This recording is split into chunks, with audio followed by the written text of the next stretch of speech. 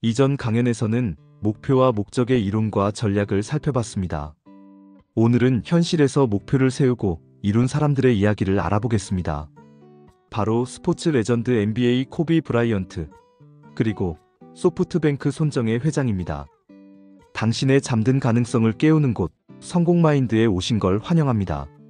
NBA 역사상 가장 뛰어난 선수 중 한 명으로 꼽히는 코비 브라이언트는 목표 달성을 위한 헌신과 노력의 아이콘입니다. 그는 어릴 때부터 나는 언젠가 NBA 챔피언이 될 것이다라는 뚜렷한 목표를 가졌고, 이를 위해 맹렬한 연습량과 정신력 관리로 유명했습니다. 코비는 자신의 목표를 이루기 위해 남들이 자는 새벽에도 나는 뛴다는 신념으로 일관했는데, 실제 그의 동료나 경쟁자들의 증언은 전설처럼 회자됩니다. 시카고 불스의 스타였던 제이 윌리엄스는 한 번은 코비보다 먼저 연습 코트에 나가보려 했지만 이미 코비는 땀에 흠뻑 젖은 채 1시간을 연습하고 있었다고 회고합니다. 경기 후 윌리엄스가 왜 그렇게까지 열심히 하는가? 묻자 코비는 네가 오는 걸 봤기에 네가 아무리 노력해도 나만큼 할 수 없다는 걸 보여주고 싶었을 뿐이라고 답했습니다. 코비는 언제나 가장 먼저 도착해서 가장 늦게 떠나는 선수였고, 고교 시절에는 팀 공식 연습 후에도 동료를 붙잡아 1대1 경기를 100점 낼 때까지 하곤 했습니다. 프로에 입단한 18세 신인 시절에도 코치가 새벽 5시에 체육관에 나가보면 이미 2시간째 개인 슈팅 연습을 하고 있는 코비를 볼 수 있었을 정도입니다. 하루를 최대한 쪼개 더 많이 훈련하기 위해 새벽 3시에 기상하는 루틴을 수년간 고수했습니다. 그는 보통 사람처럼 하루 2회 연습하면 따라잡힐 것을 우려하여 하루를 4등분의 하루 4회 고강도 훈련을 했습니다. 직접 그의 말을 들어보겠습니다. 만약 10시에 일어나 2시간씩 2번 훈련한다면 하루 2세션이다. 하지만 3시에 일어나 4시에서 6시, 9시에서 11시, 오후 2시에서 4시, 오후 7시에서 9시에 훈련하면 하루 4세션이다. 이것을 수년간 지속하면 5-6년 후에는 격차가 엄청나져서 내가 세계 최고의 선수 반열에 오르는 건 당연해진다. 코비는 실제로 이러한 4배 훈련 원칙을 올림픽 준비 기간에도 실천했습니다. 2008년 미국 올림픽 대표팀 합숙 당시 동료 드웨인 웨이드와 크리스 보시는 아침 8시에 코비가 이미 무릎에 얼음 주머니를 대고 식사 자리에 나타난 것을 보고 경악했습니다. 다른 선수들은 막 일어나 하품을 하고 있을 시간에 코비는 이미 새벽부터 3시간짜리 개인 운동을 끝낸 후였던 것입니다. 팀 동료들은 그제서야 이래서 코비가 최고일 수밖에 없구나 하고 깨달았다고 합니다. 코비는 신체 훈련뿐 아니라 정신관리에도 게으르지 않았습니다. 매일 아침 명상을 하며 마음을 가다듬었고, 스스로를 만바 정신이라고 부르는 도끼 어린 집중 상태로 몰아넣었습니다. 그는 중요한 경기를 앞두고 경기에서 일어날 수 있는 수백 가지 상황을 머릿속으로 시뮬레이션하며 이미 이긴 자신의 모습을 그렸다고 합니다. 시각화와 자기암시를 통해 두려움과 긴장을 떨치고 오직 승리만을 향해 정신을 집중시킨 것입니다. 이러한 모습은 앞서 설명한 시각화 전략과 자기 충족 예언을 몸소 실천한 사례라 볼 수 있습니다. 흥미로운 것은 코비처럼 최고 수준에 오른 사람들도 늘 새로운 목표를 설정했다는 점입니다. 그는 챔피언십 우승이나 MVP 수상 같은 목표를 이룰 때마다 곧바로 다음 시즌에 어떤 부분을 더 발전시킬지 계획했고, 오히려 정상을 찍은 뒤에는 다른 선수들이 쫓아올 것을 대비해 더 독하게 자기 단련을 했다고 합니다.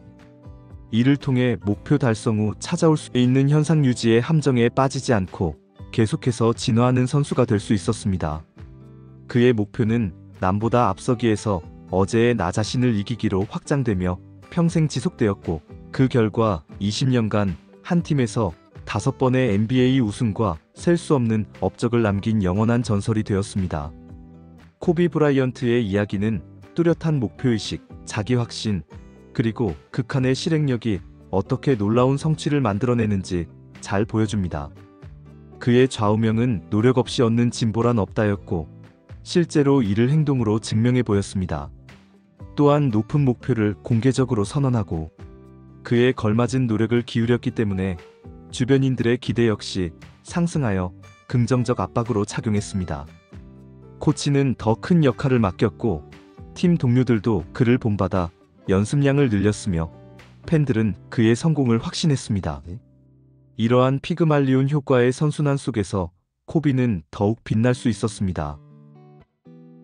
50년 인생 설계와 집요한 도전으로 유명한 일본 소프트뱅크 그룹이 창업자이자 CEO인 손정혜 회장은 초장기적인 목표 설정과 굴하지 않는 도전 정신으로 유명합니다.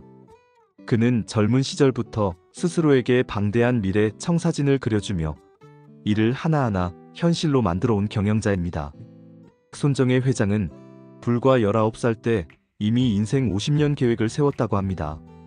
그의 말에 따르면 나는 19살 대학생 때 인생 50년 계획을 짰다.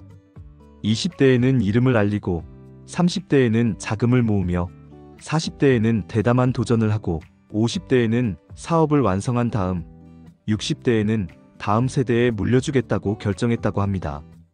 실제로 그의 삶은 이 계획과 놀랍도록 일치합니다.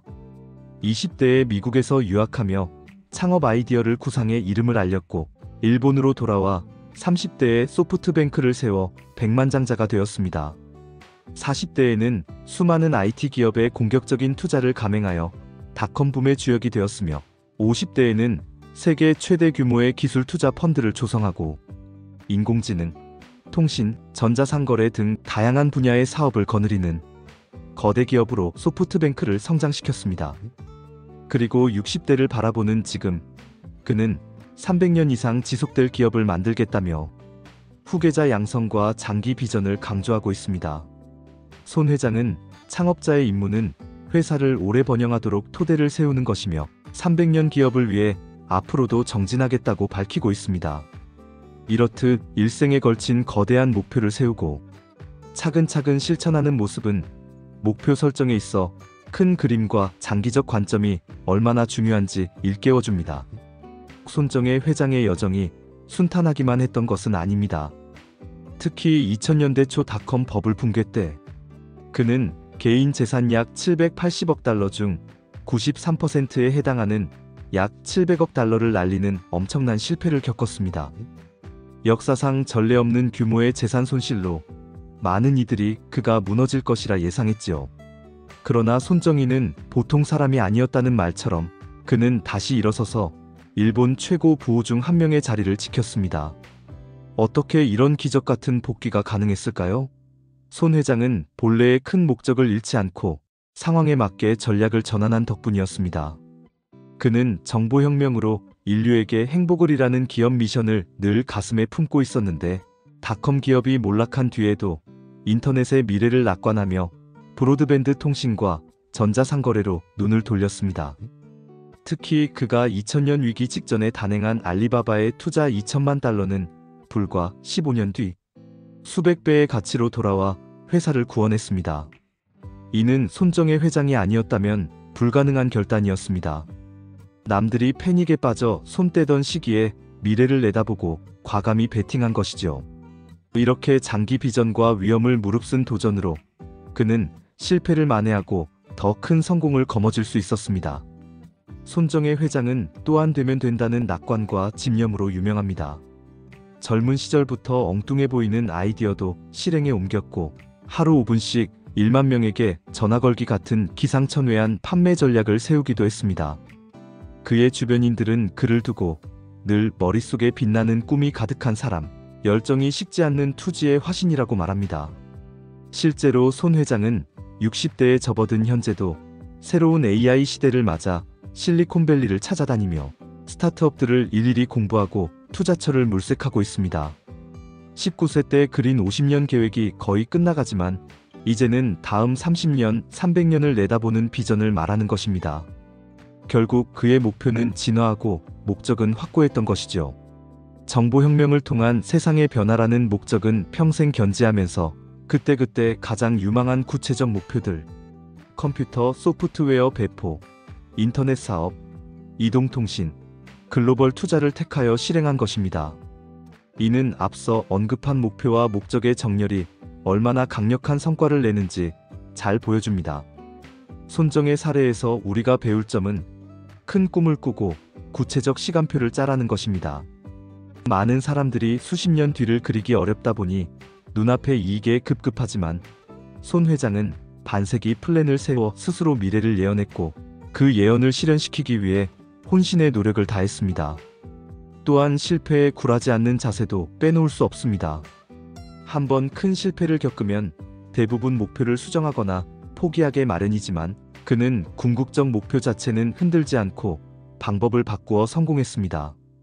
이는 앞서 인용한 공자의 가르침과 정확히 부합합니다.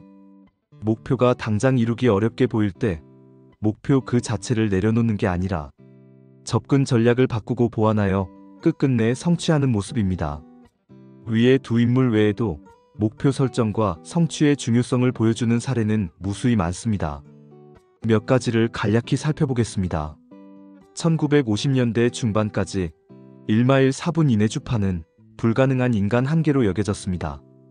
그러나 영국 육상 선수 로저 베니스턴은 주변의 회의론에도 불구하고 반드시 4분 벽을 깨겠다는 목표를 세우고 끊임없이 그 장면을 마음속에 그렸다고 합니다. 마침내 1954년 5월 베니스턴은 3분 59.4초 기록으로 인류 최초로 1마일 4분대 벽을 돌파했습니다. 더 놀라운 것은 그 다음입니다. 베니스터가 해내고 불과 1년 만에 다른 선수들도 속속 4분 벽을 깨기 시작했고 지금은 고등학생도 4분대 주자가 등장할 정도가 되었습니다. 불가능하다고 믿었던 벽이 깨지자 모두의 믿음이 바뀌고 새로운 목표들이 현실화된 것입니다. 베니스터의 성공 비결은 스스로 확고히 믿고 확신의 이미지 트레이닝을 거듭한 데 있습니다. 그는 마치 이미 해낸 것처럼 확신이 들 때까지 매일 상상했다고 털어놨습니다. 이는 자신에 대한 믿음과 시각화가 실제로 기록 단축의 원동력이 된 대표적 사례입니다. 또한 베니스터 이야기에서 알 수 있듯 한 사람이 세운 새로운 목표 달성은 주변 사람들에게 목표의 기준치를 높여주는 효과가 있습니다. 선구자가 길을 열면 다수가 그 뒤를 따르며 전체적인 성공 수준이 올라가는 것이죠. 1%의 영감과 99%의 노력이라는 명언을 남긴 발명왕 토마스 에디슨도 불굴의 목표 집착으로 유명했습니다. 그가 전구 발명에 성공하기까지 무려 1000번 이상 실패를 거듭했다는 일화는 유명합니다. 주위에서 그렇게 계속 실패하면서 언제까지 하겠느냐고 묻자 에디슨은 나는 실패한 것이 아니라 전구를 만들 수 없는 1000가지 방법을 알아낸 것이다 라고 답했다는 것입니다.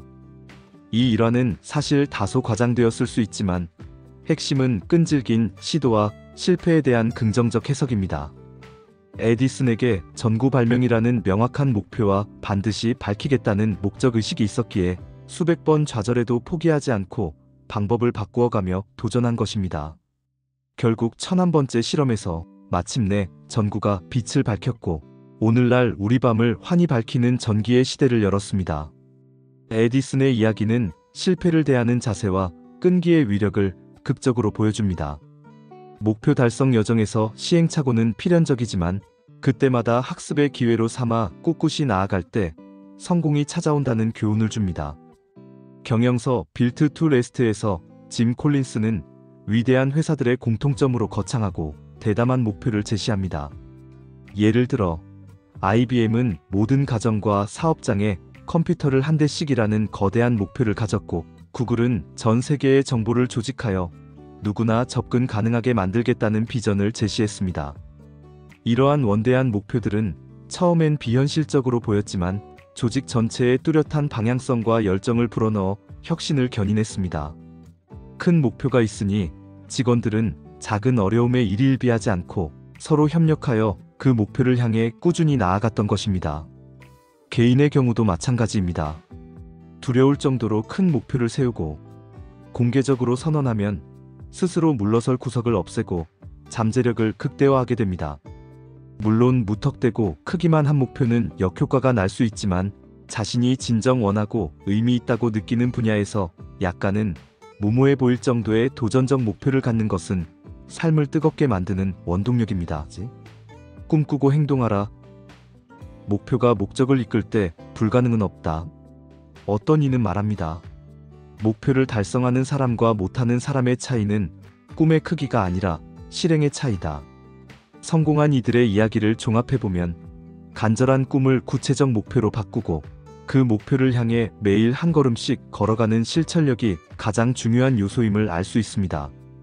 거기에 더해 그 목표를 관통하는 궁극적인 목적을 마음에 품고 있다면 어떠한 역경도 버틸 힘이 생깁니다. 코비 브라이언트가 이뤄낸 NBA 챔피언의 꿈, 손정혜 회장이 현실로 만든 글로벌 기업의 비전, 로저 베니스터가 깬 4분의 벽 등은 모두 처음엔 커 보였지만 결국은 이룰 수 있었던 목표들입니다. 이들의 공통점은 분명한 목표 설정, 치밀한 계획과 상상, 끝없는 도전과 반복, 스스로와 주변의 긍정적 기대, 그리고 목적의식입니다. 우리도 스마트하게 목표를 설정하고 머릿속으로 성공을 그려보며 될 때까지 끈질기게 노력한다면 어떤 일이든 해낼 수 있습니다. 그리고 잊지 말아야 할 것은 나의 궁극적 목적은 무엇인가? 라는 물음입니다. 그 질문에 대한 답이 당신의 가슴을 뛰게 한다면 이미 절반은 성공한 셈입니다. 목표는 당신이 목적지에 도달하도록 이끌어주는 이정표입니다. 오늘 그 이정표를 하나 세워보지 않으시겠습니까? 작은 목표라도 상관없습니다. 그 목표들이 모여 언젠가 당신만의 위대한 성공 스토리가 만들어질 것입니다. 끝으로 목표와 관련한 짧은 명언을 하나 남기며 글을 맺겠습니다. 별을 향해 쏘아라. 빗나가도 달에 도착할 것이다. 높은 목표를 두고 최선을 다할 때 비록 완벽히 이루지 못해도 우리는 이전과는 비교할 수 없이 성장해 있게 마련입니다. 그러니 두려움 없이 꿈꾸고 과감하게 도전하며 끝까지 나아가십시오. 여러분의 목표가 결국 여러분을 목적지에 데려다 줄 것입니다. 여러분의 성공은 이미 시작되었습니다. 지금 이 순간의 선택이 내일의 인생을 만듭니다. 감사합니다. 성공마인드였습니다.